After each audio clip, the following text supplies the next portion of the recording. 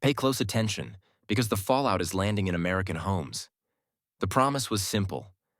Tariffs would punish China. Instead, the squeeze is here at home. Prices keep climbing. Groceries, clothes, electronics, even cars, everything costs more. Families are paying thousands extra each year while leaders in Washington act like nothing's wrong. Jobs are being cut. Plants are going dark. Manufacturing is shrinking. August's jobs report made that clear. And behind the scenes, the White House has started to unwind parts of its own tariff program, a quiet acknowledgement that the policy is straining the economy. China, meanwhile, isn't easing up. Beijing keeps adding gold, locking in mineral supplies, and signing deals across the world. That's a long-game move, and it's paying off. We're told to call this winning, yet the bill shows up in drained savings, shakier paychecks, and tighter holiday budgets. In this video, I'll lay out what changed, what's moving right now, and what it means for you, from ports and prices to jobs, debt, and gold. Hit subscribe, and let's get started. You're watching this unfold in real time. Importers and businesses across the U.S. are moving quickly because the 90-day pause on tariff hikes with China is about to run out. That countdown is already reshaping buying patterns, shipping schedules, and the way ports operate. Back in May, Washington and Beijing agreed to a truce. Tariffs that were set to climb even higher, some reaching an extreme 145%, were held back. For now, imports from China carry a 30% tariff, while U.S. exports face a 10% rate going the other way. The pause was meant to give businesses breathing room, but instead it exposed just how fragile supply chains had become. Conditions deteriorated so fast that the administration was forced back to the negotiating table, granting exemptions for Chinese goods not once but repeatedly in less than 5 months. Since then, the scramble has begun. Importers that canceled or froze orders when tariffs looked set to spike are rushing to rebook them. Delayed shipments are being pushed back onto schedules. Even something as simple as 9 containers of board games waiting in a factory warehouse suddenly becomes urgent cargo that must move before the pause ends. At the ports, the pressure is visible. Los Angeles, Long Beach, Boston, all are seeing a surge of incoming goods. Ocean carriers are rerouting vessels to handle the flow, driving up freight costs and tightening available space. For small businesses, this is an especially heavy burden. The pause gave them a brief moment of relief, but no real stability. Predicting what comes next is almost impossible. Stock up too much and storage becomes a costly risk. Stock up too little and shelves sit empty once tariffs return. Either choice can sink a business. Large retailers might absorb short-term disruptions, but smaller shops are living inside a pressure cooker. Delays, higher prices, and thin margins are eroding confidence. And with supply chains stretched thin, that strain is spilling directly into consumers' lives. The most recent extension, which began August 11th, ends November 10th. Until then, both countries have agreed to hold back on new tariff hikes and restrictions. The deal is welcomed, but the clock is ticking. Retailers are racing to stock up before the holiday season. Industries that depend on Chinese inputs are trying to avoid being blindsided, and everyone is watching that November deadline with anxiety. At its core, this comes down to trust. Can companies believe in these pauses enough to invest, hire, and expand? Or will they hold back, waiting for clarity that may never come? Right now, no one has a clear answer, and that uncertainty carries a price. Through stalled orders, congested ports, frustrated workers, and tighter household budgets. Tariffs are no longer an abstract policy debate. They are already touching every household. The average effective tariff rate in the United States now sits near 22%, the highest level since the 1930s. That figure might sound distant, but in practice, it means money being drained from families' pockets every single day. Researchers at Yale's Budget Lab estimate that tariffs are costing households about $2,400 a year. The hidden increase shows up everywhere. Shoes and bags that now cost nearly 40% more, clothes priced a third higher, and cars with sticker prices inflated by roughly 12%, adding as much as $6,000 to a new vehicle. Even groceries are more expensive. Recent polling shows that Americans are worried about the cost of food. In fact, 53% say grocery prices are a major stress. Fresh produce is up about 7%, and even after prices settle, fruits and vegetables remain 3 to 4% higher than before. Families feel the pinch immediately at the checkout line. Official statements paint a different picture. The Treasury Secretary highlights 3.3% GDP growth and a stable stock market as proof that tariffs aren't damaging the economy. Independent analysis tells another story. Goldman Sachs found that about 86% of the costs are being carried by American consumers and domestic businesses, not by Chinese exporters. Households, small shops, and local firms are the ones paying. Even inside government, the reality is clear. Officials have admitted that if the Supreme Court strikes down the tariffs, the Treasury could be forced to refund nearly half of what it has collected. That possibility alone shows how deeply these duties have been treated as direct taxes on Americans. The pressure extends far beyond families. Businesses nationwide are restructuring to cope. Car dealerships are struggling to close sales with prices thousands of dollars higher than last year. Clothing retailers are shrinking orders, anticipating resistance from customers. Farmers, once told tariffs would protect them, are now paying more for equipment, seeds, and fertilizer, cutting into margins that were already razor-thin. These costs don't disappear. They resurface in fewer hires, slower wage growth, and reduced investment. History offers a warning. In the early 1930s, the Smoot-Hawley tariffs were introduced to protect American industries.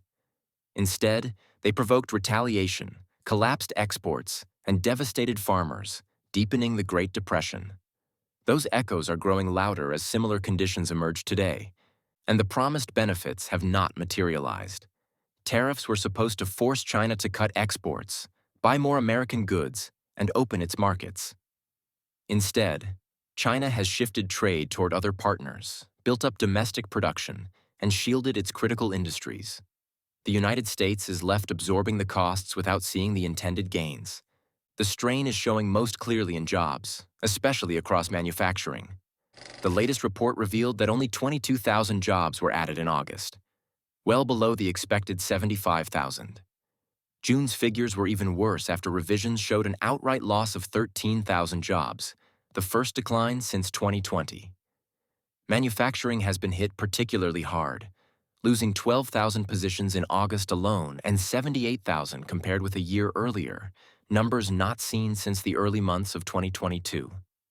The Center for American Progress highlights how broad the downturn has become. Manufacturing employment is down by 42,000, job openings have fallen by 76,000, and hiring has shrunk by 18,000. Paychecks are barely moving, with wages creeping up just 10 cents an hour. Businesses across industries point to tariffs as the main factor, draining their ability to expand, invest, or even keep current staffing levels stable. Official voices may point to overall economic growth as evidence that conditions remain strong. But statistics at the national level don't capture what happens in towns where factories close their doors. For those communities, the consequences ripple far beyond a single paycheck.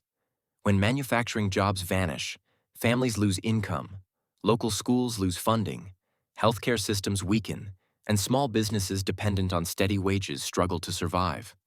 The timing makes the impact even harsher.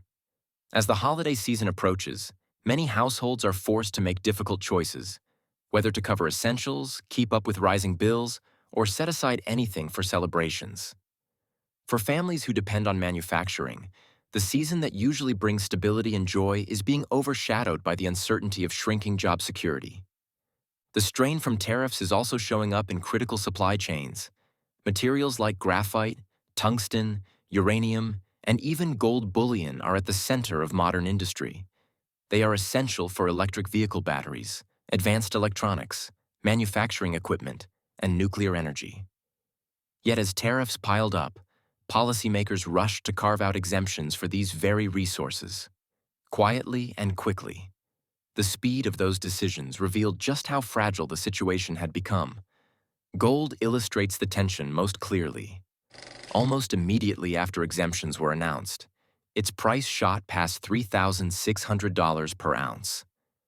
This surge wasn't driven by the usual forces of inflation, but by growing unease over financial stability. When markets sense uncertainty, they move fast, and gold becomes the safe place to hide. For most people, materials like graphite never appear in daily shopping baskets, but they are embedded in the essentials of modern life. The phone in a pocket, the car in a driveway, and even the power that keeps lights on. When exemptions appear suddenly, it signals that policymakers aren't carefully planning. They're responding to emergencies. As the holiday season approaches, this vulnerability raises serious questions. If the foundations of supply chains are already under strain, what happens when demand peaks and essential goods stumble before they even reach store shelves? For households and businesses alike, the cracks in these supply lines are becoming harder to ignore. The financial strain doesn't stop at households and businesses. It runs straight through the federal government. The national debt has already crossed $37 trillion, a milestone once expected years after 2030 but reached in 2025 instead. In July alone, the deficit grew by $291 billion. With interest costs rising quickly, more of the budget is being swallowed by debt service, leaving less room for priorities like schools, infrastructure, and healthcare. Markets are responding to that reality. Gold's climb past $3,600 an ounce reflects growing doubts about the dollar's strength. Each move into hard assets signals fading confidence in Washington's ability to manage its finances, and that unease ripples through the entire system. For families, the national debt may feel abstract, but its effects are already visible. Government borrowing pushes up the cost of credit across the board. Mortgages, car loans, and credit cards all become more expensive. Household budgets already stretched by tariffs and inflation are squeezed further. The holiday season is a stark reminder, as plans are cut back not just because of higher prices in stores, but because invisible debt burdens are reshaping the financial ground beneath every family. And this isn't a short-term squeeze. With debt rising faster than expected and interest payments accelerating, the weight will be felt long after the holidays. What looks like an accounting issue in Washington translates into fewer resources, heavier risks, and persistent uncertainty for everyday life. While U.S. households struggle with higher prices and shrinking confidence, China is quietly moving in the opposite direction. Month after month, Beijing has been adding to its gold reserves. This isn't a short-term reaction, but a long-term strategy. By replacing large portions of its dollar holdings with gold, China is insulating its central bank from Washington's policies and building a monetary buffer that strengthens its position globally. Since the beginning of Trump's second term, gold purchases have been steady and deliberate, turning reserves into a shield against uncertainty. At the same time, global politics are being reshaped by tariff battles. When the U.S. raised tariffs to 50% on India, it sparked a diplomatic clash that now threatens defense ties and broader strategic cooperation. India responded by cutting taxes at home to fuel domestic demand, a move that highlights how other countries are adjusting quickly while relations with Washington fray. Financial markets reflect this unease. Since the latest wave of protectionist policies, stocks have stumbled under the weight of trade wars, disputes with Mexico and Canada, and widening geopolitical fractures. Investors are nervous, shifting portfolios in search of safer ground. The contrast could not be clearer. While American families cut back and brace for austerity, China is reinforcing its supply chains, strengthening its reserves, and positioning itself for greater influence. These adjustments are happening quietly, but their impact will be felt when the dust of the holiday season settles and the global balance of power looks more unsettled than ever. The story is far from over. More twists lie ahead, and each one will shape economies and households in profound ways. Stay tuned and subscribe to keep up with the developments that are already redefining the global order.